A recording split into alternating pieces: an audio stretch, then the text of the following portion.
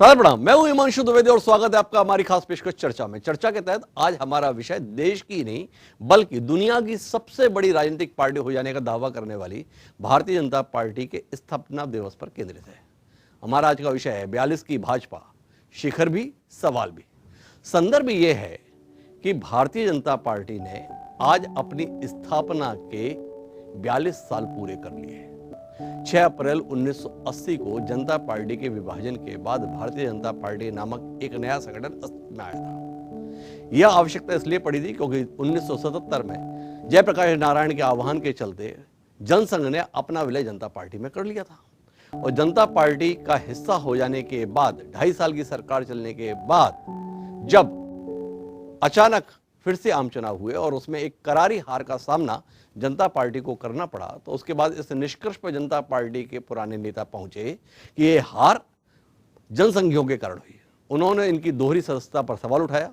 दोहरी सदस्यता का आशय यह था कि आप जनता पार्टी का हिस्सा रहते हुए राष्ट्रीय स्वयंसेवक संघ के साथ संबद्धता नहीं रख सकते। इसके विरोध में जनसंघ से जुड़े हुए तमाम नेताओं ने इस्तीफा दे दिया, जिसमें लालकृष्ण आडवाणी, अटल बिहारी वाजपेयी समेत तमाम दिग्गज शामिल थे। 4 अप्रैल 1980 को यह इस्तीफा दिया गया और 6 अप्रैल 1980 को भारतीय जनता पार्टी नामक संगठन अस्तित्व में आया। भारतीय जनता पार्टी ने 42 साल में जिस प्रकार की सफलता हासिल की है वो अपने आप में रोमांचित भी करती है, अचंभित भी करती है। 1984 में जब पहला आम चुनाव इस नवोदित राजनीतिक दल के द्वारा लड़ा गया तो अपने सबसे बड़े नेता अटल बिहारी वाजपेयी की पराजय के साथ साथ तकरीबन तमाम प्रत्याशी ही नहीं, सभी प्रत्याशी चुनाव हार गए। कुल जमा 2 प्रत्याशी चुनाव जीतने में सफल रहे थे। 545 सदस्यीय लोकसभा में भारतीय जनता पार्टी के मात्र 2 सदस्य चुनाव जीत पाए थे। लेकिन वह एक इतिहास है। वर्तमान यह है कि आज से 40 साल पहले मात्र 2 सदस्य वाली पार्टी भारतीय जनता पार्टी आज लोकसभा में 303 सदस्यों की उपस्थिति दर्ज कराती है। वही भारतीय जनता पार्टी जिसके कभी लोकसभा में 2 सदस्य आज राज्यसभा में 101 सदस्यों के साथ उपस्थिति दर्ज कराती है। तकरीबन 20 राज्यों में प्रत्यक्ष तौर पर या अप्रत्यक्ष तौर पर सरकार में भूमिका निभा रही है। 16 राज्यों में स्पष्ट बहुमत की और 4 राज्यों में सहयोगी दलों के साथ में अपनी सरकार का संचालन इस राजनीतिक दल के द्वारा किया जा रहा है। तमाम राजनीतिक विश्लेषक भारतीय जनता पार्टी की सफलता पर अचंभित है। कारण तलाश करते हैं कि किन कारणों से यह सफलता मिली और साथ ही साथ कुछ लोग ये भविष्यवाणी भी करते हैं कि शिखर हो गया, जहां तक जाना तक पहुंच गए, अब ढलान ही शुरू होने वाले हैं। तो आज हम समझने की कोशिश करेंगे इस कार्यक्रम में कि वो कौन से कारण है जिस कारण से भारतीय जनता पार्टी को यह सफलता मिली। दूसरे जानने की कोशिश ये भी करेंगे कि क्या सफलता की कीमत भारतीय जनता पार्टी ने अपने विचारों के साथ समझौता करके चुकाई। क्या साध्य की प्राप्ति के लिए साधन की शुचिता को भारतीय जनता पार्टी ने इस दौरान त्याग दिया।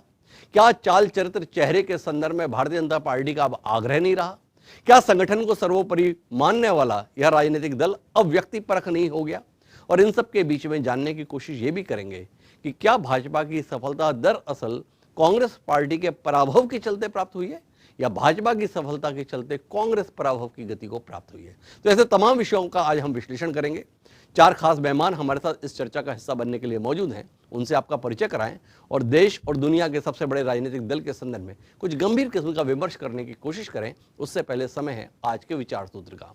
हमारा आज का विचार सूत्र योग वशिष्ठ से लिया गया है। हमारा विचार सूत्र ये कहता है, यो यमर्थ प्रार्थ्यते तदर्थ चेहते क्रमात् अवश्यम तमाप्रोतोनि चेदर्थान निवर्तते।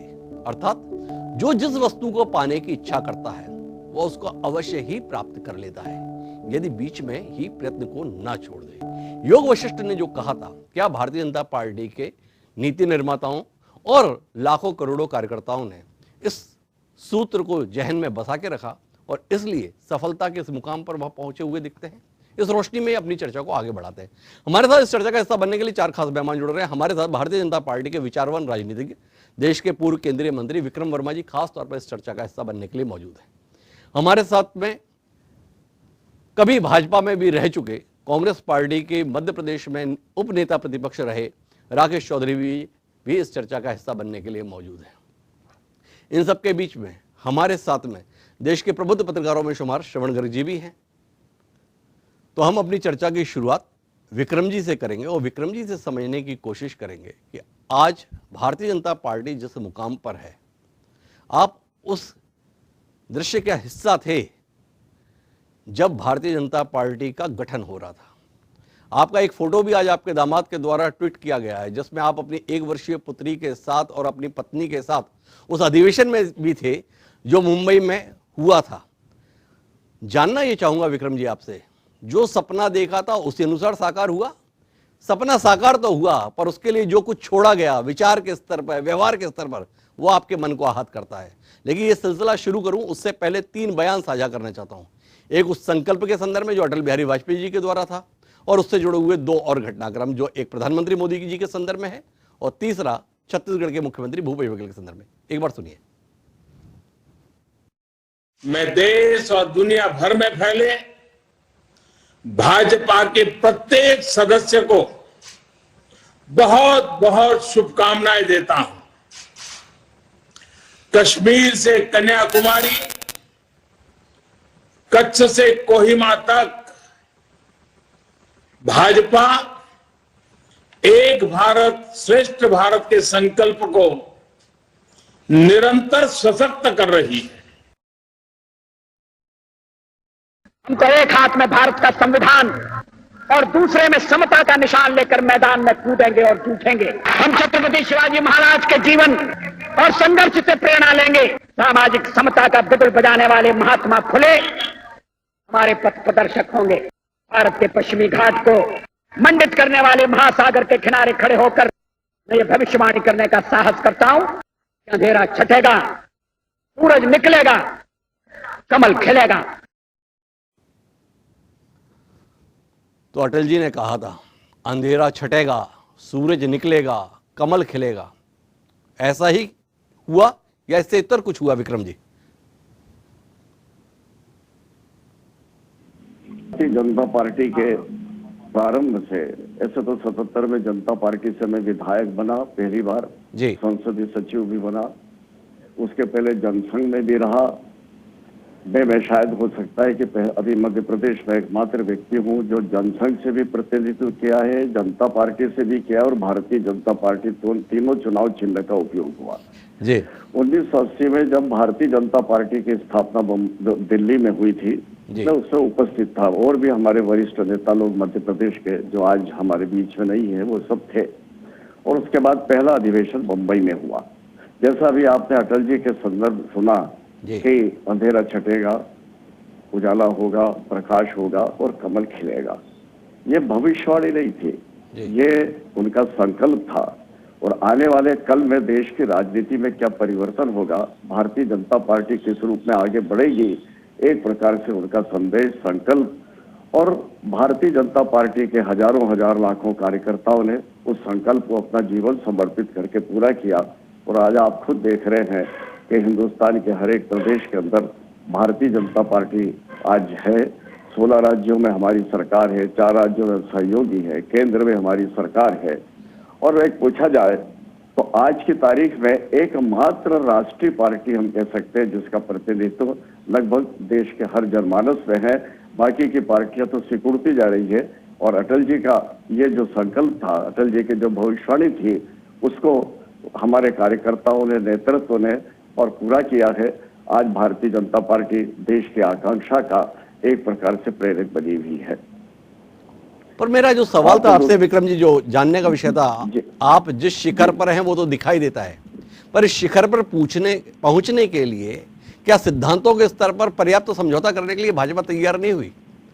क्या भारतीय जनता पार्टी ने जिन पर सवाल उठाते थे उन्हीं लोगों को अपने दल में शामिल करके क्या एक नई राजनीति की शुरुआत करने की कोशिश की जिसका विरोध भाजपा के द्वारा किया जाता था? मन आहत नहीं होता आपका वर्तमान तौर तरीकों को लेके? देखिए, हमारा विरोध व्यक्तियों से कभी नहीं रहा, हमारा विरोध सिद्धांत और नीतियों से रहा। जो लोग भारतीय जनता पार्टी के सिद्धांत और नीतियों को स्वीकार करके हमारे साथ आए, हमने उनको साथ में लिया।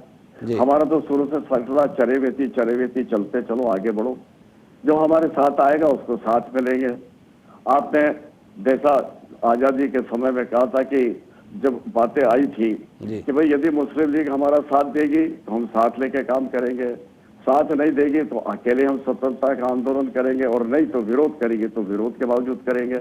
भारतीय जनता पार्टी का एक प्रकार से यही रहा कि जो हमारे साथ आएगा उसको साथ लेंगे, जो साथ नहीं आएगा तो हम अकेले चलेंगे। 1980 में हम अकेले भी चले, और जो विरोध करेगा हमको उससे कोई आपत्ति नहीं है। लोकतंत्र में विरोध होता है, लेकिन जिस संकल्प और दृढ़ता के साथ हमने हमारे सिद्धांतों से समझौता नहीं करा, लोग आते गए, कारवां बनता गया। हम तो अकेले ही चले थे, अभी जैसा आपने बताया 2 लोग रह गए थे, लेकिन 2 के बाद में आज कारवां बढ़ते बढ़ते लोग आते गए, मिलते गए, कारवां बन गया। और आज आप देख रहे हैं कि आज किस विराट स्वरूप के रूप में भारतीय जनता पार्टी है। तो इससे सिद्धांत से और किसी चीजों से समझौता करने का प्रश्न नहीं है। हमारी नीतियों को लोगों ने अंगीकार किया है, हमने लोगों की नीतियों को अंगीकार थोड़ी किया है। आपने दूसरों की नीतियों को अंगीकार नहीं किया है। पर विक्रम जी, मैं आलोक जी के पास जाऊं, राष्ट्रीय प्रवक्ता कांग्रेस पार्टी के हमारे साथ जुड़ गए हैं। स्वागत है आलोक जी आपका। लेकिन उससे पहले एक बात और आपसे समझना चाहता हूं, विक्रम वर्मा जी क्या मानते हैं, भारतीय जनता पार्टी को यह सफलता उसके कार्यकर्ताओं के परिश्रम से, राष्ट्रीय स्वयंसेवक संघ से अप्रत्यक्ष मिलते संबल से मिली, या इस दौरान कांग्रेस पार्टी ने जो अपनी साख खोई, एक राष्ट्रीय पार्टी के स्तर पर जो वैक्यूम बना, उसका लाभ भाजपा को मिला? कई लोग भाजपा की सफलता को कांग्रेस की कमजोरी से देखते हैं। क्या विक्रम जी भी इससे इत्तेफाक रखते हैं, या विक्रम जी का मानना है भाजपा के मजबूत होने ने कांग्रेस को कमजोर कर दिया? देखिए क्या है, राजनीति में सफलता में कई एस्पेक्ट साथ में आते हैं, कई प्रकार के बिंदु साथ में आते हैं, कई प्रकार की धाराएं आती है, जब जाके एक प्रकार से नदी बनती है। भारतीय जनता पार्टी आगे बढ़ी, कार्यकर्ताओं का समर्पण था, और भारतीय जनता पार्टी बनी ही इस ग्राउंड पे थी कि दोहरी सदस्यता का मामला था, राष्ट्रीय स्वयंसेवक संघ से हमारे संबंध है। और ये जब जनता पार्टी बनी थी तब भी मालूम था। जयप्रकाश नारायण जी के आंदोलन के समय भी नानाजी देशमुख सारा संचालन कर रहे थे, संघ के स्वयंसेवकों ने एक प्रकार से आंदोलन किया इसके आपातकाल के खिलाफ। सबको ये मालूम था कि भाई राष्ट्रीय स्वयंसेवक संघ हमारा मूल विचारधारा है, हम उससे प्रेरणा लेके चलते हैं। राजनीतिक क्षेत्र में हम आए हैं राजनीति करने के लिए, राजनीतिक क्षेत्र में, लेकिन हमारी जो राष्ट्रीय भावना है, जो राष्ट्रीय और सांस्कृतिक हमारी अवधारणा है, वो अपनी जगह थी। लेकिन जब 1980 में हारने के बाद और 1980 के हारने के पहले उन्हीं लोगों ने जिन्होंने दोहरी सदस्यता की बात उठाई, उन लोगों ने खुद जनता पार्टी को तोड़ा और चरण सिंह जी को आगे करके पार्टी को तोड़ने का काम किया। जब हार गए तो हम पे आरोप लगाने की कोशिश करने लगे, और हमने स्पष्ट तौर पर कहा कि भाई देखिए, इससे दोहरी सदस्यता नहीं है, हमारा वो एक अलग सांस्कृतिक संगठन है, उसके प्रति हमारा कमिटमेंट, हमारी प्रतिबद्धता अलग है।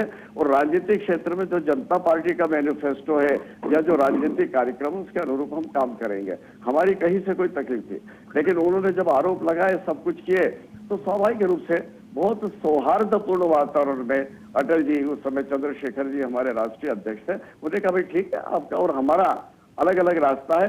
राजनीतिक क्षेत्र में पहले भी आप अलग काम करते थे, हम अलग काम करते हैं, और राष्ट्र हित में आप भी करिए, हम भी करिए, कोई आपत्ति नहीं। और तब जाके 6 अप्रैल को भारतीय जनता पार्टी की स्थापना हुई, और उसके बाद का ये निरंतर एक प्रवाह जो है राजनीतिक क्षेत्र में आगे बढ़ा। अब इसमें कांग्रेस के वैक्यूम का प्रश्न नहीं है। कांग्रेस तो अपने कर्मों से, अपनी उसके परिवारवाद के कारण खत्म हो रही है। आज भी वो उस पर अपना वर्चस्व नहीं छोड़ना चाहते, नई लीडरशिप खड़े नहीं करना चाहते, वो खुद अपने हाथ से अपने पैरों पे कुल्हाड़ी मार रहे, तो उससे भारतीय जनता पार्टी क्या करेगी। लेकिन हम किसी की कमजोरी के आधार पर ताकतवर नहीं बने हैं, हम अपने सिद्धांत, कार्यकर्ता, कार्यक्रम, संगठन, समर्पण, नेतृत्व, नीतियां, इनके आधार पे हम आगे बढ़े हैं, और इसीलिए जनता का समर्थन हमको मिलता चला गया है। किसी की कमजोरी के कारण हम कोई विकल्प नहीं बने हैं, किसी की कमजोरी के कारण विकल्प नहीं बने, हम अपनी नीतियों पर, अपने सिद्धांतों पर कायम रहे, और उसके चलते जनता का समर्थन पाकर इस मुकाम पर दिख रहे हैं। ये दावा है विक्रम जी का। मेरे साथ आलोक शर्मा जी हैं, जिनके पास एक इतिहास है गौरवशाली। कांग्रेस पार्टी आज़ादी से पहले, आज़ादी के बाद सफलता का पर्याय होती थी, वह कांग्रेस पार्टी पिछले 1 दशक से विफलता का पर्याय है। और सही मायनों में कहें तो 3 दशक से, क्योंकि 3 दशक से स्पष्ट बहुमत की सरकार इस देश को दे पाने में कांग्रेस पार्टी नाकाम रही। आलोक जी, जिस पार्टी के प्रति आपका नजरिया शुरू से ही खारिज कर देने का रहा, देश के लिए खतरा है, यहां तक मानने से आपको कभी संकोच नहीं रहा, विचार के स्तर पर स्पष्ट विभाजन, आज वह पार्टी देश की नहीं दुनिया की सबसे बड़ी पार्टी है। 17 करोड़ सदस्य दावा करती है भारतीय जनता पार्टी। 23 करोड़ मत मिले हैं इस लोकसभा चुनाव में भारतीय जनता पार्टी को। आप जिसे सिरे से खारिज करते थे, उसे सिर आंखों पर बिठाए हुए हैं लोग। किसकी नाकामी है ये? आपके विचार की, आपकी पार्टी के काम की, या आप मानते हैं कि भाजपा ने काम ऐसा किया इसलिए सफलता उनके हिस्से में? देखिए, मुझे लगता है कि कांग्रेस दूसरे दल को नकारा नहीं है। सबसे पहले तो भारतीय जनता पार्टी को उनके स्थापना दिवस पर बहुत बहुत बधाई। दूसरा मैं ये कहना चाहता हूँ, श्यामा प्रसाद मुखर्जी जी को भी पंडित नेहरू जी ने, जो उनके धुर विरोधी और घोर विरोधी थे, उनको भी मंत्रिमंडल में रखा और उनको भी उचित सम्मान दिया। हमने कभी भी कांग्रेस मुक्त के नारे जिस तरह के बीजेपी देती है, इस तरह से कभी भाजपा मुक्त और उस तरह के नारे नहीं दिए। कभी संवैधानिक संस्थाओं का दुरुपयोग करके हमने बीजेपी को नष्ट नाबूद करने का प्रयास नहीं किया। दूसरी चीज, अभी 3-4 चीजें जो सामने आई हैं जी, मैं सबसे पहले ये कहूंगा कि कहीं ना कहीं कांग्रेस की भी कुछ कमजोरियां रही हैं, जिसकी वजह से पिछले कुछ दिनों से बीजेपी को एक मौका मिला है। इसमें को मैं बिल्कुल पूरी तरह से विनम्रता से स्वीकार करूंगा।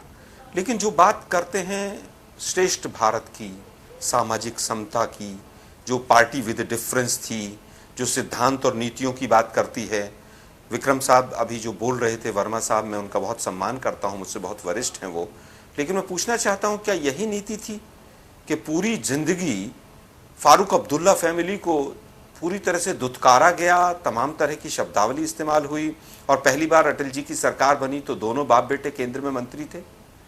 क्या जिस तरह से मोदी साहब ने महबूबा के लिए कहा कि बाप बेटी की और तमाम तरह की भ्रष्टाचार में लूट लिया और तमाम कुछ हुआ और सत्ता के लिए फिर उनके साथ चले गए? मायावती जो अछूत थी इनके लिए, उसके साथ भी सरकार रही। और जिस तरह से समाजवादी पार्टी का भी ये हाल रहा, 2014 में 45 पार्टियों का कुनबा था, बाद में 2019 में घट के वो 23 रह गई। खैर, ये पार्टी विद डिफरेंस की तमाम चीजें हो सकती हैं। अब बात आती है कि इनके कर्म कैसे हैं, इन्होंने कैसा गवर्नेंस दिया है। अब तो भूल गए सब, 15 लाख भी भूल गए और कहा था कि मैक्सिमम गवर्नेंस और मिनिमम गवर्नमेंट। आज पीएमओ में कितने अधिकारी हैं शायद वर्मा साहब को पता भी नहीं होगा। बेरोजगारी 50 साल की हाईएस्ट है, ताबड़तोड़ महंगाई है, सरकारी टैक्स की लूट है, भूखमरी के सूचकांक में हम गिर रहे हैं, 84% लोगों की आय गिर गई, 22.5 करोड़ लोग गरीबी रेखा से वापस चले गए, करोड़ों उद्योग बंद हो गए, चीन हमारी भूमि पर कब्जा करके बैठा है, तमाम संवैधानिक संस्थाओं की क्या हालत है, ये पूरे देश ने देखा है। अब इनकी सफलता का मूल मंत्र क्या है, मैं वो बताना चाहता हूं। इनकी सफलता का मूल मंत्र है कपटी राष्ट्रवाद और डिवाइड एंड रूल।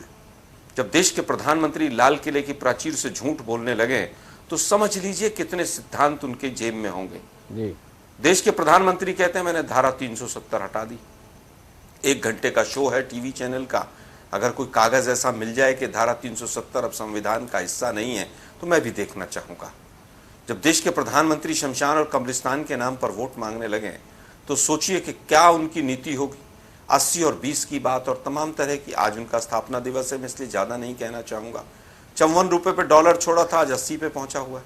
पेट्रोल और डीजल का तो आपने देख ही लिया क्या हाल है। 137 दिन तक इनकी नीति काम करती है, नीयत काम करती है, इनका चरित्र काम करता है और जैसे ही चुनाव खत्म हो जाते हैं फिर देश की जनता के जेब में कैंची घुसा के वहीं काट देते हैं। मुझे लगता है कि भारतीय जनता पार्टी ने जिस तरह से अपने मुकाम को हासिल पहले से ही किया है, इनकी हमेशा से दोहरी नीति रही है। आप देखिए जयप्रकाश नारायण मूवमेंट में क्या हुआ, जब जनसंघ फेल होती है या कोई भी इनका एक मुख्य घटक फेल होता है तो ये किसी दूसरे को आगे कर देते हैं। ये आरएसएस की नीति रही है। जेपी नारायण मूवमेंट में भी क्या हुआ, अंत में 2.5 साल में 3 साल में ढाक के 3 पात और 1980 में दोबारा से इंदिरा गांधी जी वापस जीत कर आई, कांग्रेस पार्टी जीती, देश की जनता समझती। अब मोदी साहब का कहना है कि साहब देखिए कितने मतलब इनके वो हैं। पहले कहा कि मनरेगा जो है वो कांग्रेस का विफलताओं का जीता जागता स्मारक है, फिर उसका बजट बढ़ा दिया। अभी कहा पंडित नेहरू ने लाल किले की प्राचीर से कहा कि विदेश में लड़ाई होती है इसलिए महंगाई बढ़ती है।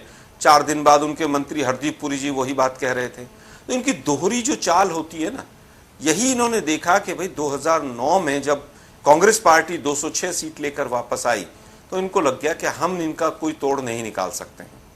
अटल जी बीमार अवस्था में चले गए थे, आडवाणी जी की वृद्धावस्था की तरफ बढ़ते हुए कदम थे, तो अब इन्होंने अन्ना हजारे मूवमेंट के तौर पर एक नई विचारधारा खड़ी की।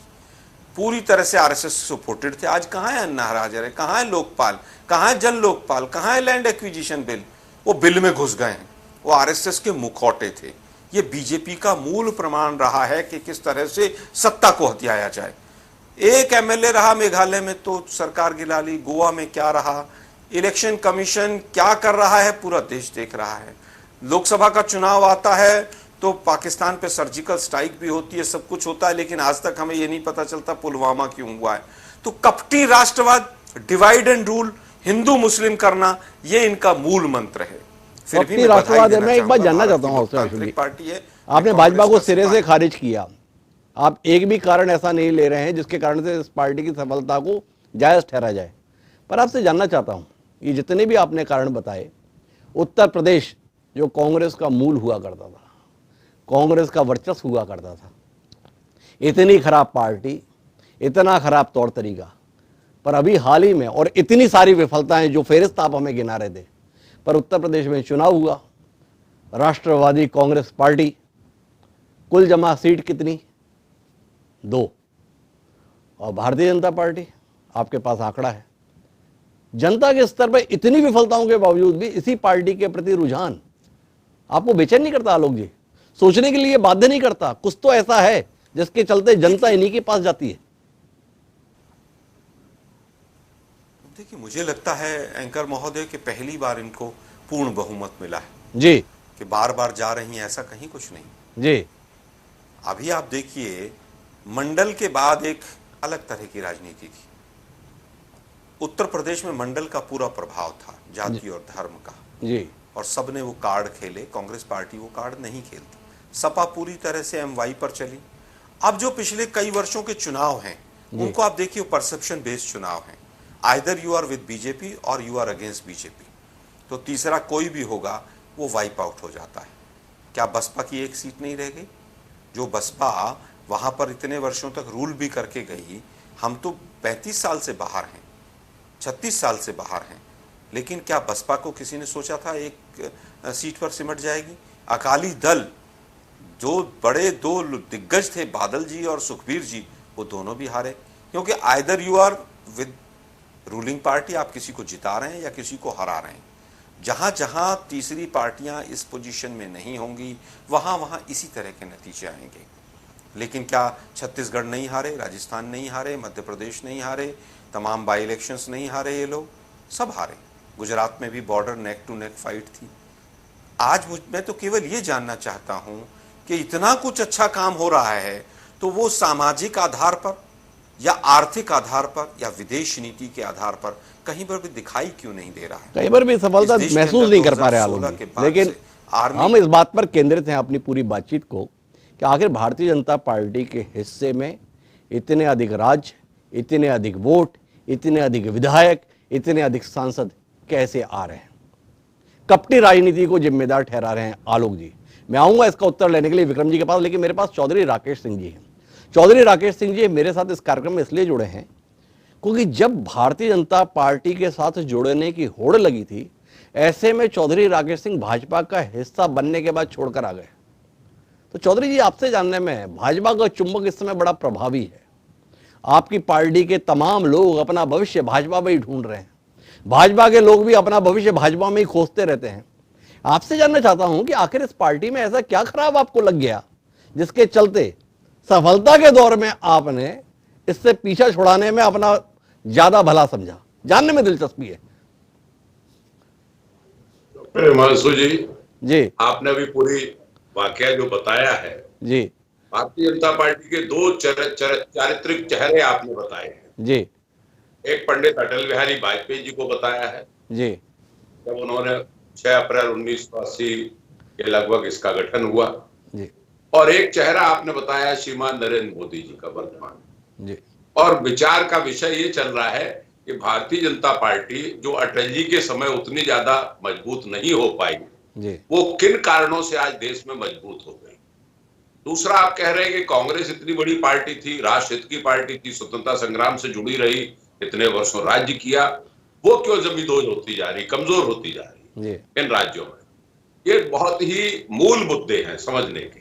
जी, देश जब आजाद हुआ उस समय विचारधारा थी राष्ट्रीय विचारधारा। जी। भारत का प्रत्येक व्यक्ति राष्ट्रीय विचारधारा से ओतप्रोत था।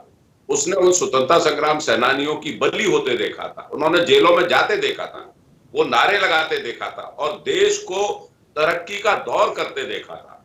अभियांत्रिकी में पंडित नेहरू फ्रांस की टेक्नोलॉजी जब हिंदुस्तान में लाए तो आईआईटीज और जितने भी भारत हैवी इलेक्ट्रिकल्स थे उनकी स्थापना देखी।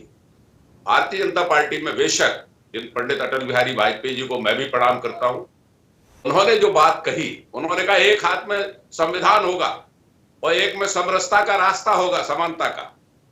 वही व्यक्ति जब नरेंद्र मोदी साहब गुजरात में मुख्यमंत्री थे, आपके ही टीवी पे फिर आज मुझे संस्मरण हो गया उसका दोबारा से, जब वो कह रहे हैं कि एक राजा को राजधर्म का पालन करना चाहिए, सभी समाज को समान रूप से देखना चाहिए।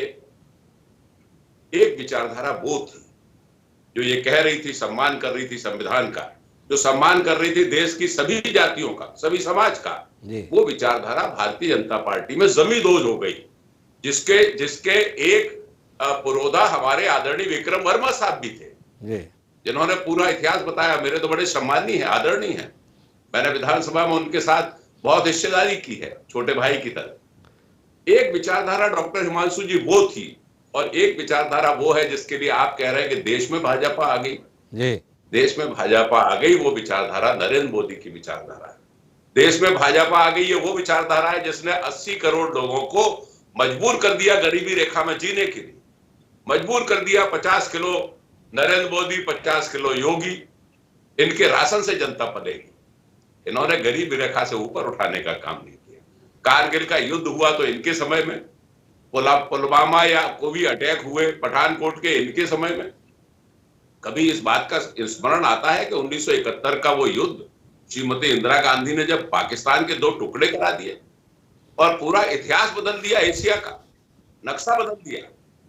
मेरा तात्पर्य है कि ये विचारधारा भारतीय जनता पार्टी की 42वीं वर्षगांठ अवश्य है, लेकिन जिस विचारधारा के लिए भारतीय जनता पार्टी बनी थी, जिस विचारधारा का उल्लेख आदरणीय पंडित अटल बिहारी वाजपेयी कर रहे थे, आदरणीय विक्रम वर्मा जी को मैंने सुना है विधानसभा में उस विचारधारा पर लड़ते हुए, वो विचारधारा अब लुप्त हो चुकी है।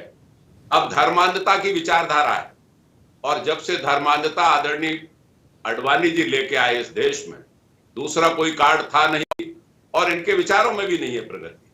लेकिन अंतिम स्थिति बनी कि हम बहुसंख्यक समाज के धर्म की नब्ज पे हाथ रखें, और वो रखे भारतीय जनता पार्टी। आज सब लोग भूल गए कि बेरोजगारी क्या है। मेरे भाई शर्मा जी बता रहे थे कि जब चाहा तब पीडीपी से समझौता कर लिया, जब चाहा तब अपने ऐसे विचारधारा से भिन्न लोगों से समझौता कर लिया उस पगडंडी पे चलने के लिए जो राजनीति की सत्ता की तरफ जाती है।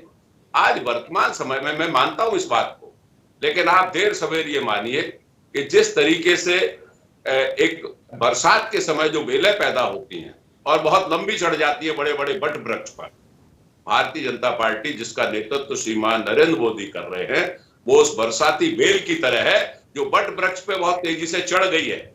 लेकिन बट वृक्ष की आयु उतनी ही है, उतना ही बड़ा है। जिस दिन बरसात खत्म हो जाएगी, जिस दिन धर्मांधता खत्म हो जाएगी, नौजवान समझ जाएगा, उस दिन ये बेल मुरझा जाएगी। आपने तीसरा बहुत महत्वपूर्ण प्रश्न किया था कि मैं बीजेपी में क्यों गया। मैं बीजेपी में गया, मैं इस स्थिति में गया, जिन लोगों ने मुझसे जो कहा था, मुझे लगा कि शायद यहां स्वतंत्रता होगी, लेकिन वहां जाके मालूम पड़ा इनको हाँकने वाला, इनको गवर्न करने वाला वो व्यक्ति तो अंदर बैठा हुआ है, वो छुपा हुआ है। ये तो जो हम लोग मायावती का विरोध करते थे कि मायावती जी एक कुर्सी रखती है, बकाया सब लोग जमीन पे बैठते हैं, मैंने तो भारतीय जनता पार्टी में जाके देखा, आरएसएस के कार्यालयों में जाके देखा कि अच्छे अच्छे वीर पुरुष, अच्छे अच्छे वीर नेता वो जमीन पर बैठे होते हैं, सामने एक कुर्सी पर मठाधीश बैठा होता है जो अपने चाबुक से, डंडे से इन भारतीय जनता पार्टी की राजनीति को चलाता है। मैं मुक्त हुआ, वापस कांग्रेस में आया। मेरा अपना अनुभव है, भारतीय जनता पार्टी राजनीतिक दल नहीं है, वहां कोई लोकतंत्र व्यवस्था नहीं है और हिटलर के विचारधाराओं से ओतप्रोत है, क्योंकि मैंने आदरणीय गोलवलकर जी को पढ़ लिया है। मैं समझ गया हूं कि इनकी विचारधारा में क्या है। ये चाहते हैं कि जनता को उतना खाने को दो कि दूसरे दिन के लिए उसका पेट खाली रहे और राजा की तरफ देखता रहे, ताकता रहे। जब हमने महात्मा गांधी रोजगार गारंटी योजना जैसी बेरोजगारी को खत्म करने वाली योजना कांग्रेस ने लागू की, तब इन्होंने 50 किलो थैली की योजना लागू की। ये चाहते हैं भारतवर्ष की जनता बेरोजगारी से भरी पूरी रहे और इनके थैली की तरफ देखती रहे, 50 किलो की थैली। तो कुल मिलाकर राकेश चौधरी जी जिस बात पर जा रहे हैं वो ये जा रहे हैं कि भारतीय जनता पार्टी की सफलता में धार्मिक कट्टरता है। धार्मिक कट्टरता जिस प्रकार से आडवाणी जी के द्वारा इंट्रोड्यूस की गई, अटल जी से अलग थी, उसके बाद ये सफलता के शिखर पर पहुंचे। बात इतनी सिरे से खारिज करने लायक भी नहीं है, लेकिन इस पर टिप्पणी मैं करूं उससे बेहतर है कि श्रवण जी मेरे साथ में है। श्रवण जी ने वो दौर भी देखा जब जनसंघ था, श्रवण जी ने वो भी दौर देखा जब गांधीवादी समाजवाद था, और गांधीवाद समाजवाद की हिमायत करने वाले अटल जी स्वयं चुनाव हार गए थे, तभी आडवाणी जी आए और आडवाणी जी के द्वारा हिंदुत्व को नए सिरे से परिभाषित करने का, उसको एक अभियान की शक्ल देने का, और उसके बाद की पूरी कहानी किसी से छुपी हुई नहीं है। श्रवण जी, आपसे जानना चाहता हूं कि भारतीय जनता पार्टी ने मुद्दा सही चुना या कांग्रेस ने संप्रदाय का विरोध करते करते अपने आप को मुस्लिम तुष्टीकरण का जो पर्याय बना लिया, उसने भाजपा के हाथ में मुद्दा थमा दिया। 80 बनाम 20 तो दरअसल कांग्रेस ने ही कर दिया था। कांग्रेस 20 को गोलबंद करके देश पे हुकूमत करना चाहती थी, भाजपा ने धीरे धीरे मेहनत करके 80% लोगों को गोलबंद कर दिया, और अब 20% लोगों को गोलबंद करने वाले लोग चिल्ला रहे हैं, हाय इन्होंने ये क्या कर दिया। क्या कहते हैं आप? देखिए हिमांशु जी, ये पैनल थोड़ा सा असंतुलित है। इसमें विक्रम भाई अकेले हैं और 3 लोग थोड़े से आपको साथ देना पड़ेगा बीजेपी का, आप दे नहीं रहे हैं। विक्रम जी की क्षमताएं असीमित हैं, आप भी मानेंगे ये बात, आपके तो पुराने साथी हैं। बहुत पुराने। मैं उन सवालों के जवाब ढूंढने की कोशिश कर रहा हूं जो इस चर्चा में उठे हैं जी। अगर हिंदुत्व के दम पर आडवाणी जी भारतीय जनता पार्टी का पुनरुद्धार चाहते थे या कर पाते जी, तो राम मंदिर के लिए बाबरी मस्जिद के डिमोलिशन के बाद मुलायम सिंह की सरकार क्यों बनती वहां उत्तर प्रदेश में जी। अगर आडवाणी जी का फार्मूला सही था तो जिस सरकार में वो उप प्रधानमंत्री थे वो सरकार क्यों गिरती, और अटल बिहारी वाजपेयी अगर इतने बड़े नेता थे तो वो 2004 में उनको इतनी निराशा क्यों लगी कि जिस गुजरात में नरेंद्र मोदी जैसा मुख्यमंत्री था वहां अटल जी को 99 के मुकाबले आधी सीटें मिली 2004 में पार्लियामेंट गुजरात से, जबकि मोदी जी के होते हुए तो दुगनी मिलना थी वहां। विक्रम भाई बताएंगे कि क्या अटल जी को हराया गया बीजेपी में, और एक जो मॉडरेट लाइन थी बीजेपी की उसको खत्म किया गया। मैं खुद ढूंढ रहा हूं इन चीजों के सवाल। आपने कहा कि बीजेपी को 23 करोड़ वोट मिले जी, और 17 करोड़ कार्यकर्ता हैं जी, मतलब 6 करोड़ और लोगों ने वोट दिए उनको। देश के 140 करोड़ के देश में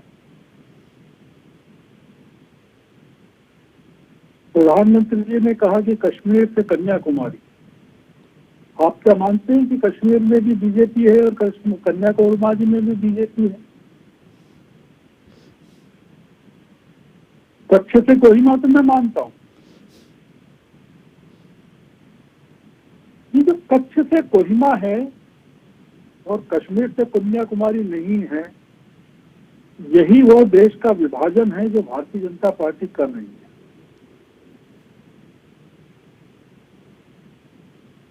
मुझे भारतीय जनता पार्टी के ताकतवर होने से कोई परेशानी नहीं होना चाहिए, पर जो कमल तो खिला पर अंधेरा घटा गया।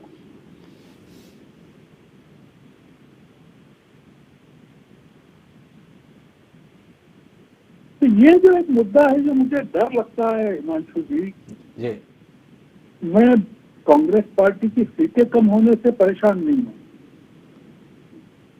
अगर कांग्रेस पार्टी खत्म हो चुकी होती तो नरेंद्र मोदी जी और बीजेपी के हमले पर पूरे टाइम कांग्रेस निशाने पर नहीं रहती।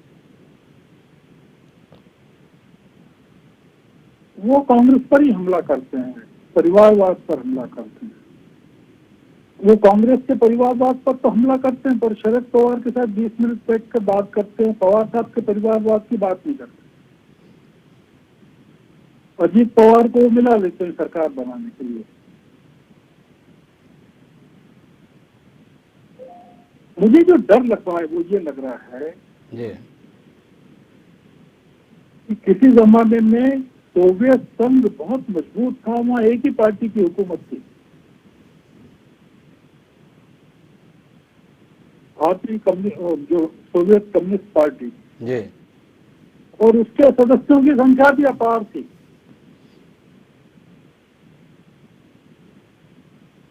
तो सोवियत संघ के नेता उसको एक देश के रूप में साथ में रखता है। और यूक्रेन पर आज हमला जो हो रहा है ये उसी सोवियत संघ के विभाजन का परिणाम है। नरेंद्र मोदी जी का या भारतीय जनता पार्टी का ताकतवर होने के प्रति किसी का विरोध नहीं होना चाहिए, होना भी नहीं। क्यों होना चाहिए? वो काम कर रहे हैं। तो सवाल ये है कि वो जो ताकत भारतीय जनता पार्टी प्राप्त कर रही है वो देश को की एकता के लिए कर रही है कि देश को विभाजित कर? कहीं देश अंदर से टूट तो नहीं रहा है? नरेंद्र मोदी जी के आज के भाषण में वो क्या बात करते हैं? परिवारवाद के बारे में बात करते हैं। वो कह रहे हैं कि वैश्विक परिस्थितियां आज ऐसी हो रही है कि भारत के लिए अपॉर्चुनिटीज हैं उसमें। जिसको कहते हैं ना आपदा में अवसर तलाशना, कि रूस को तेल बेचना है तब हमको सस्ते दाम पे बेचेगा ही वो। ये आपदा में अवसर की बात है।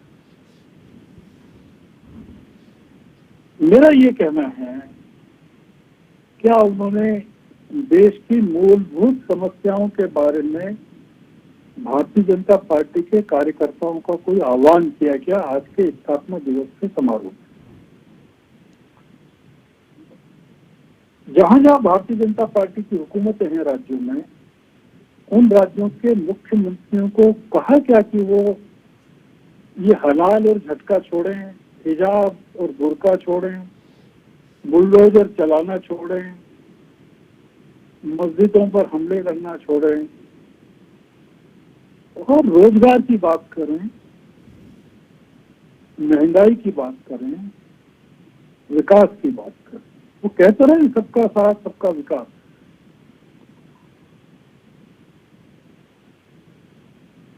पर हो ये रहा है कि सबके बिना साथ सबका विनाश। तो इसलिए मुझे, क्योंकि अब पार्टी में विक्रम भाई जैसे लोग तो अब बहुत ज्यादा बचे ही नहीं है उस जमाने के लोग। जैसे अडवाणी जी मार्गदर्शक मंडल में है, वैसे ही विक्रम भाई की उम्र के तमाम लोग गायब हो गए हैं। क्योंकि विक्रम भाई को तो हमने देखा यहाँ कॉलेज की पॉलिटिक्स करते हुए, क्रिश्चियन कॉलेज की पॉलिटिक्स करते हुए देखा है, तो उस जमाने से जानते हैं विक्रम भाई। तो विधानसभा में देखा इनके ओजस्वी, ये तो डिबेटर थे विक्रम भाई, बहुत जबरदस्त स्तुति बोलती थी जब ये बोलते थे, भाषण देते थे, सुनने जाते थे हम लोग इनका भाषण। तो विक्रम भाई जैसे लोग रहे नहीं। जैसे विक्रम संवत को आपको याद नहीं करता ना, जनवरी फरवरी हो गया है। ये जो है नया, जो नई जो भारतीय जनता पार्टी 2014 में जो प्रकट हुई है जी, जो जनसंघ 1980 में खत्म हुआ और जो भारतीय जनता पार्टी 6 अप्रैल को बनी 1980 को, मई 2014 में जिस भारतीय जनता पार्टी का उदय हुआ है, वो भारतीय जनता पार्टी वह नहीं है हिमांशु जी, जिन भारतीय जनता पार्टी की बात आप कर रहे हैं। बड़ी महत्वपूर्ण टिप्पणी है श्रवण जी आपकी, लेकिन मैं इसके बीच में विक्रम जी के पास कई सवालों को लेके जाना है मुझे, पर आपने उस प्रश्न का उत्तर नहीं दिया जी। जो 2014 की भी पार्टी बनी है, क्या उसकी बुनियाद रखने का काम कांग्रेस पार्टी ने नहीं किया?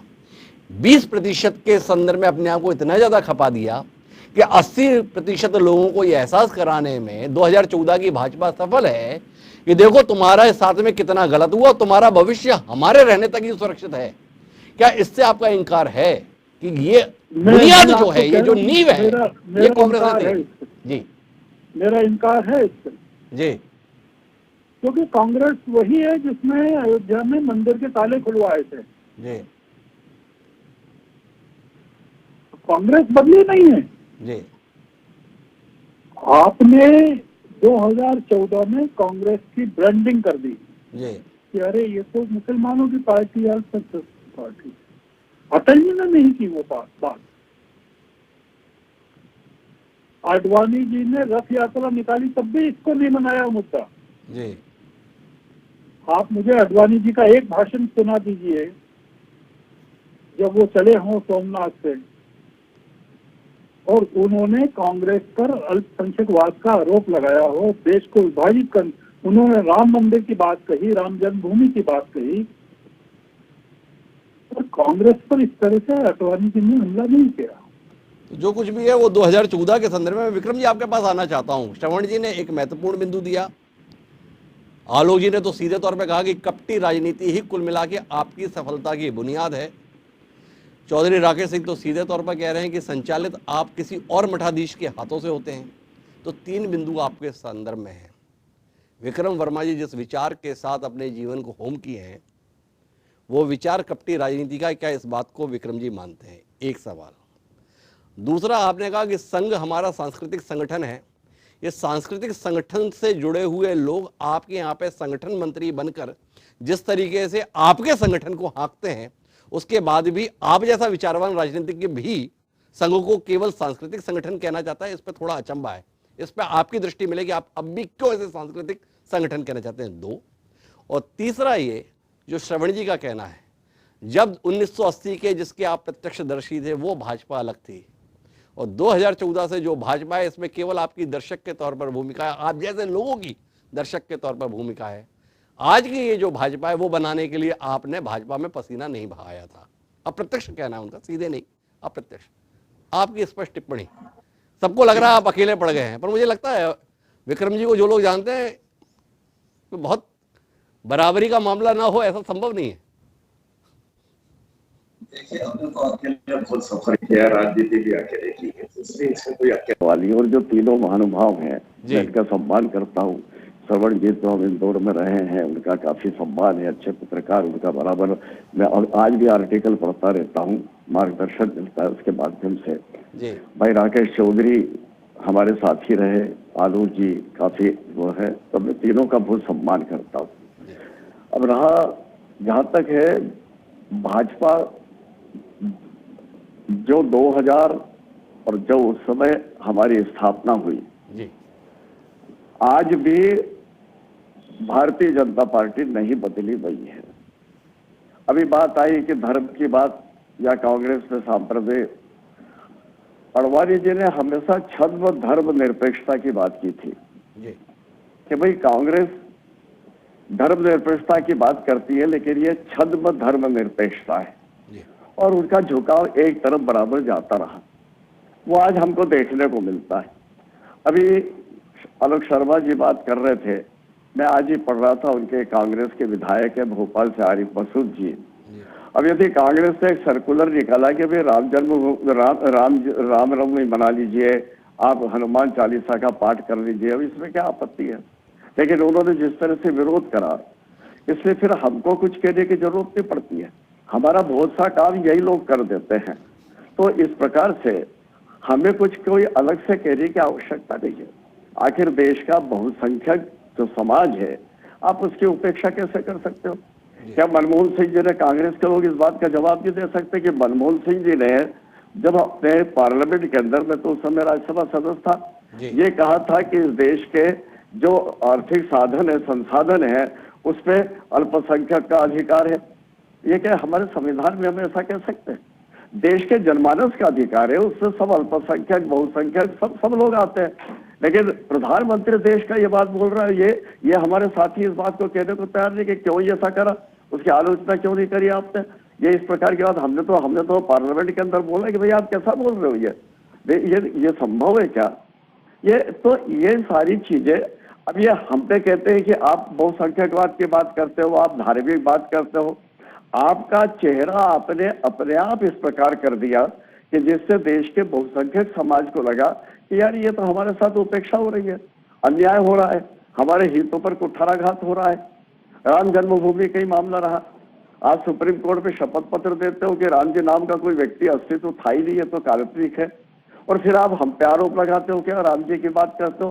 क्या देश का जनमानस इस बात को मानने को तैयार है कि राम जी नाम का कोई व्यक्ति तो था ही नहीं? आखिर कैसे ये इस प्रकार की बात करके और हमारे ऊपर आरोप लगाते हैं? अब हमारे भाई राकेश चतुर्वेदी जी ने अभी बहुत भारतीय जनता पार्टी पे आरोप लगाए, संघ पे लगाए, सब पे लगाए। 1980 में भारतीय जनता पार्टी के बनने के बाद जो मई में 1980 में विधानसभा के चुनाव हुए, उसमें राकेश सिंह जी के पिताजी चौधरी दिलीप सिंह जी भारतीय जनता पार्टी की तरफ से विधायक चुने गए, मेरे साथ मध्य प्रदेश की विधानसभा में बैठते थे जी। तो ये तो उस समय इनको समझ में नहीं आया, उसके बाद भी क्या इनको समझ में नहीं आया? फिर ये भारतीय जनता पार्टी में आए, फिर भारतीय जनता पार्टी में इनका भाई भी विधायक बना, तब भी समझ में नहीं आया। फिर कांग्रेस में आए, उसमें भी इनका विरोध आपस में हुआ। तो प्रश्न ये है कि हमारी व्यक्तिगत चीजों को हम इस प्रकार से लेकर सब ये पार्टी खराब, इसने ये करा, आप कह दो मुझे नहीं जमा, मेरे को वहां पे वो नहीं मिला तो मैं वापस अपनी जगह आ गया, उसमें कोई आपत्ति की बात नहीं है। ये राजनीतिक क्षेत्र है, ये तो देश के अंदर आया राम गया राम चलने की बहुत पद्धति रही है, उसकी कोई चिंता नहीं। अब प्रश्न ये आता है कि ये जितने भी आरोप लगाए आलोक शर्मा जी ने, ये सब राजनीतिक क्षेत्र में रोज लगाते हैं। राहुल गांधी जी तो पार्लियामेंट के अंदर भी बोलते हैं, कोई आंकड़ों का हिसाब किताब ही नहीं रहता, कब क्या बोलते हैं, कभी क्या बोलते हैं। क्या भी उत्तर प्रदेश के विधानसभा चुनाव में सब बातें नहीं हुई क्या? राम जन्मभूमि का जहां तक अडवाणी जी की बात है, अडवाणी जी ने देखिए भारतीय जनता पार्टी ने यदि उस समय समर्थन भी किया तो आप उसकी पृष्ठभूमि देखिए जी। उसकी पृष्ठभूमि ये थी कि सारे राजनीतिक पार्टियों ने बाबरी मस्जिद की बात की, शहाबुद्दीन उस समय थे, कांग्रेस ने प्रस्ताव पारित करके बोला, समाजवादी पार्टी लालू यादव की, ये सारे सब लोग उस समय और उसके साथ में बाबरी मस्जिद के साथ खुल के आए। तब तक भारतीय जनता पार्टी का कोई स्टैंड क्लियर नहीं था। जो विश्व हिंदू परिषद या संघ या बाकी के लोग कर रहे थे वो अपना काम कर रहे थे, हमने कभी इस बात की बात नहीं करी। लेकिन जब ये खुल के और आए, उसके समर्थन में प्रस्ताव पारित किए, तब भारतीय जनता पार्टी ने पालनपुर के अपने अधिवेशन में ये बोला कि भाई हम ये राम जन्मभूमि आंदोलन का समर्थन करते हैं। तो आप पहले पृष्ठभूमि को देखो कि क्यों आखिर भारतीय जनता पार्टी को करना पड़ा। जब आप सारे बहुसंख्यक वर्ग की, देश के धार्मिक सांस्कृतिक केंद्रों की, सब चीजों की उपेक्षा करेंगे और चाहे जैसे आरोप लगाएंगे, तो एक प्रमुख राजनीतिक दल इस देश में जो सबका प्रतिनिधित्व करने की बात करता है, चुप नहीं रह सकता। राष्ट्रहित की बात करना हमारे लिए आवश्यक है, हमने राष्ट्रहित की बात जनता के सामने रखी और हमको समर्थन मिला। 1980 में मैं उस समय एक पत्रकार थे जनसत्ता में, उस समय ठाकुर साहब, उनका आर्टिकल भी छपा था कि सिंहासन खाली करो, दिनकर जी की कविता का उल्लेख किया था कि सिंहासन खाली करो कि भारतीय जनता पार्टी आती है। ये उन्होंने बंबई अधिवेशन के बाद बोला। ये एक अलग बात थी कि बाद में 1984 में इंदिरा गांधी और वो उसके अधिवेशन के बाद में जो चुनाव हुए करे, उसके कारण से फिर वो लोकसभा नहीं शोकसभा का चुनाव हो गया था और उस समय ये हुआ। लेकिन आप फिर भी देखिए उस समय हमारा वोट परसेंटेज कम नहीं हुआ, हमारी सदस्य संख्या कम हुई होगी, हमने कभी हमारा जन समर्थन नहीं खोया। जो जन समर्थन जितना था उससे हम संतुष्ट थे, उसको आगे बढ़ाने का प्रयास किया, निरंतर किया। कोई भी राजनीतिक पार्टी ऐसी नहीं है जो 2 से और एकदम 88 पे अगले चुनाव में पहुंच गई हो। ये यदि क्या ये अपने आप में हो जाता है, केवल एक नारे के आधार पर थोड़ी होता है। ये लोगों की मेहनत थी, जन समर्थन था, लोगों का, कार्यकर्ताओं का समर्पण था, नेतृत्व था। और सबसे बड़ी बात है भारतीय जनता पार्टी ने अपना दृष्टिकोण स्पष्ट रूप से सामने रखा। कांग्रेस जैसी धर्मनिरपेक्षता की बात नहीं करी कि इधर भी बात करें उधर भी बात करें। एक तरफ इस तरह की बात करते हैं, दूसरी तरफ राजीव गांधी जी शिलान्यास करने नहीं गए थे क्या वो वहां पे राम जन्मभूमि का अयोध्या में? यदि आपको यही विरोध था तो क्यों गए? उन्होंने अपने उस समय के चुनाव अभियान का शुभारंभ अयोध्या से प्रारंभ किया था। ये सारी सब चीजों के संदर्भ में देखना है, हमको राजनीतिक परिप्रेक्ष्य में देखना है कि भारतीय जनता पार्टी आखिर जन समर्थन क्यों झुकाती जा रही है। अब कांग्रेस की अपन बात करें, आप कह रहे हो कि चलो वहां नहीं थे यहाँ नहीं थे। मैं केवल एक ही उदाहरण देना चाहूंगा। अभी पश्चिम बंगाल में क्या हुआ? पश्चिम बंगाल में भारतीय जनता पार्टी तो चौथे नंबर पे थी, वहां पे तृणमूल कांग्रेस थी, फिर कांग्रेस थी, कांग्रेस विपक्ष दल था वहां पे, उसके बाद में मार्क्सवादी कम्युनिस्ट पार्टी थे, कम्युनिस्ट पार्टी थी, फॉरवर्ड ये था, सब था। हम तो चौथे पांचवें नंबर पे थे। लेकिन आज की स्थिति ये है कि पश्चिम बंगाल के अंदर आपने अपना वोट उठा के दे दिया ममता बनर्जी को, आपने वोट शिफ्ट कर दिया कि नहीं किसी भी हालत में भाजपा नहीं आना चाहिए, नरेंद्र मोदी नहीं आना चाहिए। ये व्यक्ति का अंध विरोध नहीं है आपका, आप अपने सिद्धांत पे टिके रहते, आपको जितनी सीट आती, लेकिन आपने अपना वोट बैंक शिफ्ट कर दिया। मार्क्सवादी कम्युनिस्ट पार्टी ने यही करा, दोनों वहां जीरो हो गए। अब आज स्थिति यह है कि कांग्रेस के वरिष्ठ नेता मेरे से मिलने आए थे, बातचीत चली। मैंने कहा भाई पहले आपको केवल एक आध उससे लड़ना पड़ता, अब आपको 2-3 पार्टी से लड़ना पड़ेगा। ये परिस्थिति है। भारतीय जनता पार्टी 1984 के लोकसभा के चुनाव में चाहे हमारे 2 सांसद रह गए थे, लेकिन हमने हमारा वोट किसी को शिफ्ट नहीं किया। हमने जनता के सामने फिर गए, फिर बात की, फिर दमदारी के साथ अपनी बातों को रखा और उसका परिणाम था कि हमने कभी सिद्धांतों से समझौता नहीं किया। जनता ने हमारे सिद्धांतों को स्वीकार किया, समर्थन दिया, उनका आशीर्वाद मिला और उनके आशीर्वाद के कारण आज भारतीय जनता पार्टी शीर्ष पे है। और नरेंद्र मोदी जी एक स्पष्टवादी और राजनीति के आधार पर बात करने वाले हैं, जो साफ कह रहे हैं कि भाई बाकी की राजनीतिक पार्टियां इससे खत्म हो रही है कि वो परिवारवाद से बाहर नहीं निकल रही है। चाहे समाजवादी पार्टी हो अखिलेश यादव की मुलायम सिंह वाली, चाहे लालू यादव जी के आरजेडी हो, चाहे बहुजन समाज पार्टी एक जगह एक ही व्यक्ति में केंद्रित हो गई हो, चाहे कांग्रेस हो जहां भाई और बहन मिल के केवल घूम रहे, बाकी कोई उनके साथ नहीं घूम रहा है। आज ये सारी परिस्थितियां बनी हुई है और इसलिए उनका कहना है कि कांग्रेस मुक्त की बात तो हमने नहीं, महात्मा गांधी ने की थी। उन्होंने कहा था कांग्रेस को विसर्जित कर देना चाहिए, नया लोकतांत्रिक दल बने, आगे बढ़े। तो हम तो महात्मा गांधी की विचारधारा को आगे बढ़ा रहे हैं कि भाई आप फिर से नए सिरे से खड़े हो जाइए, आप अच्छा दल बनाइए, अच्छे लोगों को जोड़िए, उसमें कोई आपत्ति थोड़ी है। संविधान लोकतंत्र, आपत्ति नहीं है, लेकिन चुनाव आते हैं। आपने सारी पैरवी की, लेकिन 2014 के बाद बदली हुई पार्टी की कार्य पद्धति पर बहुत टिप्पणी नहीं की। आलोक जी, मैं आपके पास आता हूं, एक संक्षिप्त टिप्पणी लेना चाहता हूं विक्रम जी से।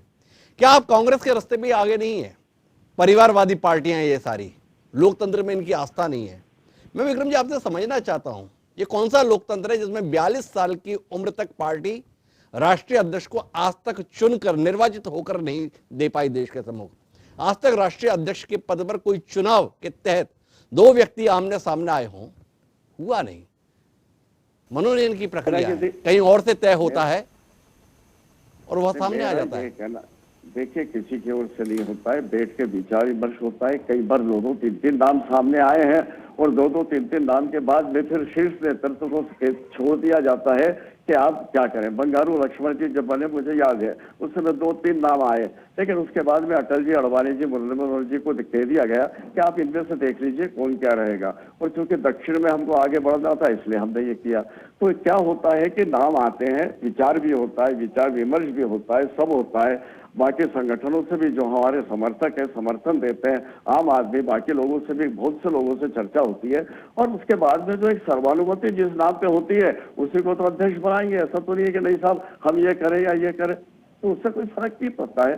लेकिन सवाल इस बात का है कि राष्ट्रीय अध्यक्ष हमारा कभी भी, जैसे प्रधानमंत्री बने, कांग्रेस के समय में तो जो प्रधानमंत्री होता है वो राष्ट्रीय अध्यक्ष होता था और अभी तक वो छोड़ने को तैयार ही नहीं है।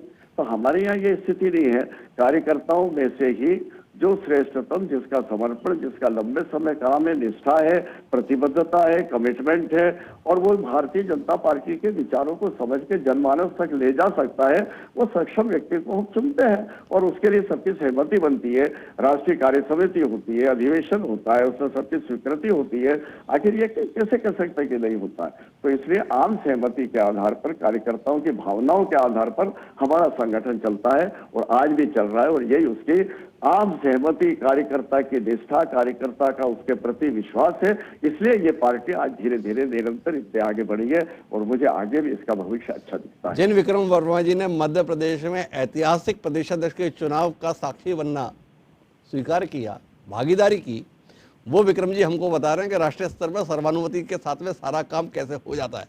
सवाल तो इसी बात का है कि कांग्रेस में भी सर्वानुमति का ही दावा किया जाता है, तो उस पर सवाल है, और भाजपा के संदर्भ में स्वीकार है। लेकिन भाजपा देखिए, कांग्रेस मैंने एक शब्द में 1 मिनट लूंगा मैं। कांग्रेस में हमेशा एक प्रस्ताव पारित होता है, एक लाइन था कि सारे अधिकार इंदिरा गांधी को सौंपे गए, सारे अधिकार सोनिया गांधी को सौंपे गए। यहाँ तक कि विधानसभा के टिकट बांटते समय भी सब नाम आते हैं, नाम आने के बाद में बैठक होती है, बैठक में यह प्रस्ताव होता है कि सारे अधिकार हम सोनिया जी को सौंपते हैं।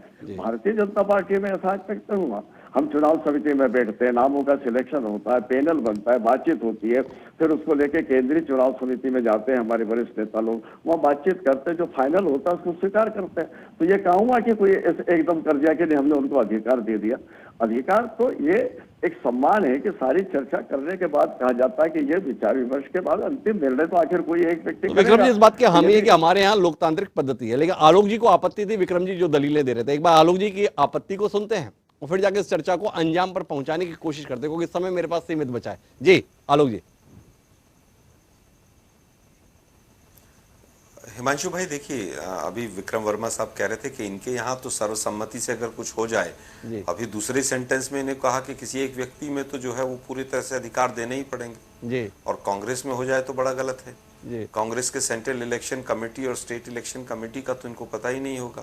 खैर चलिए, इनका अपना एक वो हो सकता है जी। हम केवल ये जानना चाहते हैं, राम मंदिर या बाबरी मस्जिद का कोई विषय था जी, जो मामला इलाहाबाद हाई कोर्ट में चल रहा था जी, और आप कहते थे बार बार कि हम कोर्ट की बात नहीं मानेंगे, तो ये क्या संविधान के तहत था जी? बाबरी मस्जिद का किसी ने पक्ष नहीं रखा, ये कहा गया कि न्यायालय का जो निर्णय आएगा उसको मानेंगे जी। लेकिन भारतीय जनता पार्टी हमेशा से ये कहती रही कि न्यायालय का हम नहीं मानते, न्यायालय को नहीं तो भावना का मुद्दा है जी। और जिस समय पर 2014 में सरकार में आए तो अब हम न्यायालय की बात मानेंगे, ना हम संसद में बिल लेकर आएंगे। आप लोगों ने तो राम को भी नहीं छोड़ा, प्रभु राम को भी ठगने का काम पूरा किया। आपने तो प्रभु राम के नाम पर केवल वोट मांगे हैं। एक देखिए, 2014 के बाद मीडिया का, नकारात्मक राजनीति का पूरी तरह से एक योगदान रहा। कांग्रेस भ्रष्ट है, कांग्रेस भ्रष्ट है, कुछ मीडिया के साथियों ने भी इस तरह का प्रचार किया। मैं सबकी बात नहीं कर रहा हूं, लेकिन हम जानना चाहते हैं 2G का क्या हुआ? बीच में आपको रोकना चाहूंगा और आपसे विनम्रता पूर्वक सवाल करना चाहूंगा। जब भारतीय जनता पार्टी का ये अजय रथ दौड़ रहा है, इसके बीच में भी इस रथ को रोकने का सामर्थ्य अन्य राजनीतिक दलों ने साबित किया है। साबित किया अरविंद केजरीवाल ने। जितने भी मुग्ध हों विक्रम वर्मा जी देश में भाजपा की सफलता को लेकर, और नरेंद्र मोदी भी, पर देश की राजधानी दिल्ली में पिछले 25 साल से भाजपा को जगह नहीं मिली। 15 साल आपने नहीं आने दिया, और पिछले 10 साल से अरविंद केजरीवाल ने भाजपा को यहां पर पनपने नहीं दिया है। ममता बनर्जी ने जिस प्रकार से बंगाल में किया है, जिस प्रकार से पंजाब में आम आदमी पार्टी ने करके दिखाया है, राष्ट्रीय स्तर पर वैसी चुनौती बन पाने में कांग्रेस नाकाम रह रही है। फिर भी आप सारा दोषारोपण भाजपा पे करना चाहते हैं, या इन क्षेत्रीय दलों से कुछ सीखना चाहते हैं कि वो कौन से तरीके हैं जिसके चलते भाजपा को मात देने में ये लोग सफल हो जाते हैं? देखिए, मैंने पहले भी कहा हिमांशु भाई जी कि आज परसेप्शन की लड़ाई है। आप बीजेपी को हरा रहे हैं या आप बीजेपी के विपक्ष में जी। दिल्ली में भी वही हुआ। हमारे ऊपर इतने दोषारोपण किए गए कि ट्रंक भर के मेरे पास सबूत हैं और तमाम तरह के वक्तव्य आए, लेकिन उसके बाद क्या हुआ? उसके बाद केवल फ्रीबी की बात की गई। पंजाब में भी वही किया गया, पंजाब में केवल फ्रीबी की बात की गई। हमारी कमियां भी रही, मैं स्वीकार करता हूं। कुछ राज्यों को हम टैकल कर सकते थे, हम टैकल नहीं कर पाए। उसमें क्या कारण रहे क्या नहीं रहे वो कुछ चिंतन का विषय है, लेकिन इतना जरूर है कि काउ बेल्ट जिसको हिंदी बेल्ट कहते हैं उसके बाहर बीजेपी अभी भी कहीं पर अपना स्थान काउ बेल्ट के बाहर बीजेपी अभी भी नहीं है, ये कहना है। अमूमन श्रवण जी ने भी यही कहा कि कच्छ से कोहिमा तक बीजेपी है, लेकिन कश्मीर से कन्याकुमारी तक में बीजेपी कहाँ है। लेकिन मैं आखिरी टिप्पणी चाहता हूँ श्रवण जी, कार्यक्रम में मेरे पास समय सीमित रह गया, विषय बड़ा था, प्रबुद्ध लोग साथ में जुड़े थे, पर फिर भी आपसे जानना चाहता हूँ, भाजपा को जहां तक पहुंचना था पहुंच गए, अब उतार पर ही आएगी। इस आकलन के साथ में लोग मुग्ध हैं, अपने भविष्य की उम्मीद भाजपा विरोधी इसी के साथ ढूंढ ले रहे हैं। आप इस विचार के साथ हैं या आपको लगता है जरा भाजपा को रोकना है, उन्हें नए सिरे से मेहनत करने की और उससे पहले समझ लेने की जरूरत है? मुझसे पूछा आपने। जी श्रवण जी। जी देखिए, अब कांग्रेस का जमाना खत्म हो गया है जी, ये मान के चलना चाहिए, और आपको भी कांग्रेस की बात अब नहीं उठाना चाहिए, अब तो गैर भाजपावाद की बात उठाना चाहिए जी, क्योंकि एक पॉलिटिक्स नए फेज में चली गई है जी। तो अब ये है कि भारतीय जनता पार्टी को दो चीजें हैं हिमांशु जी जी, कि कितना ज्यादा प्रजातांत्रिक बनाया जा सकता है भारतीय जनता पार्टी को, जी, अंदर से विक्रम जी जैसे लोग बनाए जी, और बाहर से ये जो अलग अलग राज्यों में जो विपक्षी सरकारें बन रही है वो कैसे बनाए। भारतीय जनता पार्टी की ताकत लगातार कम हो रही है, ये नरेंद्र मोदी स्वीकार नहीं करेंगे कि उत्तर प्रदेश में 16% सीटें कम हो गई, वो ये स्वीकार नहीं करेंगे। वो ये नहीं कहेंगे कि पंजाब में भारतीय जनता पार्टी का उदय नहीं हुआ है, जो कि पंजाब भी उत्तर भारत में ही है। तो इसलिए मैं ये कहना चाहता हूं कि भारतीय जनता पार्टी कमजोर हो रही है और उसको नरेंद्र मोदी मजबूत होते हुए दिखाना चाहते हैं, ये स्ट्रेटेजी है उनकी। अब हमको जिस चीज पर बात करना पड़ेगी वो ये करना पड़ेगी कि गैर कांग्रेसी और गैर भाजपाई विपक्ष ही इस देश में हम मजबूत होगा। अगर कांग्रेस उसको अपना समर्थन देना चाहे तो दे, और नहीं तो देखा आपने जैसा जिक्र किया विक्रम जी ने, मध्य प्रदेश में कमलनाथ जी के द्वारा कार्यकर्ताओं से 2023 के तैयारी के लिए जो परिपत्र जारी किया गया उसमें कहा गया कि हनुमान चालीसा का और सुंदरकांड का पाठ करिए। तो कांग्रेस जो है अब हनुमान चालीसा सुंदरकांड के मोड में चली गई है। इस तरह की कोई चीज जो है, जो गैर विपक्षी, गैर भाजपाई और गैर कांग्रेसी जो विपक्षी दल हैं वो अभी मैदानी लड़ाई लड़ रहे हैं। तो इसलिए ये मैं एक चीज साफ करना चाहता हूं जो विक्रम जी ने कही, वो जरूरी है बताना कि मनमोहन सिंह जी ने अल्पसंख्यकों को मिलना चाहिए ज्यादा सुविधाएं, उससे मतलब उनका ये नहीं था कि मुसलमानों को मिलना चाहिए। वो अल्पसंख्यकों में सिखों को भी मानते थे और पारसियों को भी और दलितों को भी। उनका मानना था कि जो समाज का सबसे कमजोर वर्ग है उसको सबसे पहले संसाधनों का हक बनता है। आपकी पार्टी की और मोदी की ये है कि कैसे बातों को तोड़कर जनता के बीच में भ्रम फैलाए और कैसे कहा जाए, कैसे उसे ऊपर उठाया जाए। लेकिन जो महत्वपूर्ण बात है वो ये है कि श्रवण जी जैसा अनुभवी पत्रकार कांग्रेस के साथ अब उम्मीद नहीं देख पा रहा। भाजपा कमजोर हो रही है, इस आकलन के साथ में श्रवण जी हैं, पर कांग्रेस इसका मुकाबला कर पाएगी या कांग्रेस विकल्प बन पाएगी, ये संभावना नहीं देख पा रहे। क्या कांग्रेस इस पर मनन करेगी? गैर भाजपाई, गैर कांग्रेसी किसी तीसरे विकल्प को ढूंढने के लिए मजबूर हो रहे हैं श्रवण जी। भाजपा के लिए यह विचार का विषय होना चाहिए कि दावा भले ही आज सुबह प्रधानमंत्री ने कर दिया कच्छ से कोहिमा तक का और कश्मीर से कन्याकुमारी तक का, लेकिन दक्षिण में कर्नाटक को छोड़ के तमाम राज्य में भाजपा अभी भी उपस्थिति के संकट से जूझ रही है। पंजाब से लेकर कश्मीर तक भाजपा को न केवल कार्यकर्ताओं की बल्कि चुनाव में लड़ने वाले प्रत्याशियों का भी टोटा बना रहता है। ये दृश्य भी हम देख रहे हैं। तो भाजपा की वर्तमान सफलता चमत्कृत तो करती है, पर मुकाम के संदर्भ में जो लोग ये दावा कर रहे हैं कि भाजपा शिखर पे पहुंच चुकी है, तो अभी कई शिखर भाजपा को स्पर्श करने बाकी है। क्या विपक्षी दल वाकई एक सशक्त विकल्प बन के भाजपा के इस रथ को रोक पाएंगे या केवल विलाप करते हुए भाजपा को और ऊपर चढ़ते हुए देखेंगे? जानने में दिलचस्पी रहेगी, लेकिन उससे भी बड़ी दिलचस्पी इस बात में रहेगी कि जिस देश के उत्कर्ष की बात करते हुए भाजपा ने अपने आप को उत्कर्ष पे पहुंचाया है, क्या इस देश की मूलभूत समस्याएं, बेकारी, गरीबी, छुआछूत, ऐसे मसलों पर वाकई कोई सार्थक समाधान ये पार्टी भविष्य में देकर दिखाएगी? क्योंकि वर्तमान में बातें हैं, समाधान के संदर्भ में अभी समाज में बैठा हुआ अंतर इन बातों पर यकीन करने के लिए माहौल बनाकर नहीं देता है। तो जानने में दिलचस्पी रहेगी कि भाजपा ने जो कहा उसे वाकई आने वाले समय में साबित भी किया, देखेंगे हम। लेकिन आप सभी मेहमानों को बहुत बहुत धन्यवाद इस चर्चा का हिस्सा बनने के लिए। समय है अब आज के शेर का। हमारा आज का शेर भाजपा के तमाम कार्यकर्ताओं को समर्पित है। हमारा शेर ये कहता है कि रास्ता सोचते रहने से किधर बनता है, रास्ता सोचते रहने से किधर बनता है, सर में सौदा हो तो दीवार में दर बनता है।